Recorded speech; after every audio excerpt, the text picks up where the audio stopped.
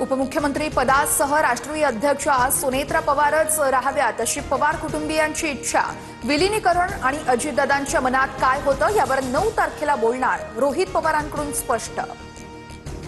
अजित पवारांच्या विमानात काय झालं आणि कसं घडलं हे 9 तारखेनंतर सविस्तर सांगेन। बैठकीनंतर रोहित पवार यांचं सूचक विधान।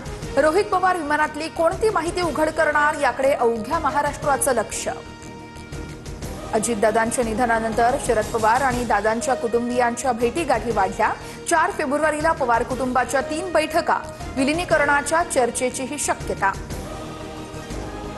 सुनील तटकरे आता पवारांना मार्गदर्शन करतायत। विलीनीकरणाच्या मुद्द्यावरून संजय राऊतांची टीका, तर शरद पवार एनडीए मध्ये जातील ही राऊतांना भीती। नवनाथ बन यांचा पलटवार।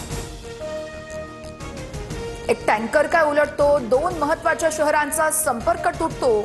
एक्सप्रेस वेवरील कोंडीला नेहरू जबाबदार असं म्हणू नका, अंबादास दानवेंचा सरकारवर जोरदार निशाणा। I might be an Olympian, but just like you, I still care about getting the best deal. With Lemfi, I send money at the right time and get competitive rates whether I'm in the US, UK, Canada or Europe. Mumbai Pune द्रुतगती महामार्गावरती वाहतूक 32 तास ठप्प होती। यावर फक्त चौकशीचे आदेश। मात्र अशा घटनांमधून सरकार काही बोध घेतं का, राज ठाकरेंचा सवाल। वसूल करण्यात आलेला टोल परत करण्याचीही मागणी। चंद्रपूरच्या महापौर पदासाठी भाजपकडून संगीता खांडेकर यांना उमेदवारी, तर उपमहापौर पदासाठी संजय कांचर्लावार यांना उमेदवारी। प्रदेश अध्यक्ष रवींद्र चव्हाण यांच्याकडून परिपत्रक जारी।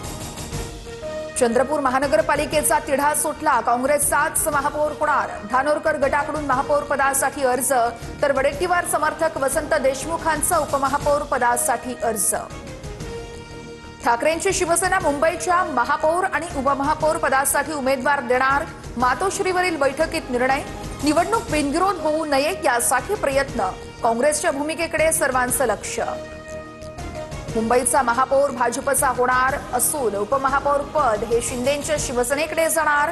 उपमहापौरपदी महिलेची निवड होणार असल्याची चर्चा। तृष्णा विश्वासराव आणि यामिनी जाधव यांची नावं चर्चेत।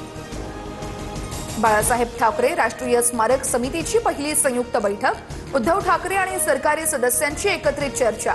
दुसऱ्या टप्प्याचं काम निधी अभावी रखडलं।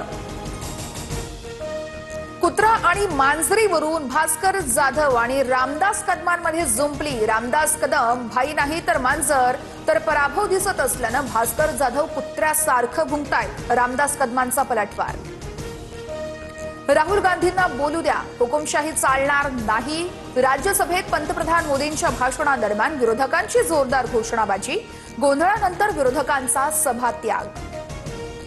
भारताचा 9 मोठ्या देशांसोबत मुक्त व्यापार सुरू। मात्र काँग्रेस काळात अर्थव्यवस्था 13व्या स्थानी होती। देशाची अशी अवस्था का केली? घोषणाबाजी करून थकलेल्यांना कधी ना कधी याचं उत्तर द्यावं लागेल। पंतप्रधानांची काँग्रेसवर टीका।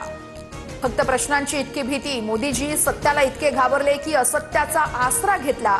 राहुल गांधींकडून एक्सवर पोस्ट करत पंतप्रधान मोदींना प्रत्युत्तर। काल पंतप्रधान मोदींसोबत विपरीत घटना घडली असती म्हणून सभागृहात येताना थांबवलं।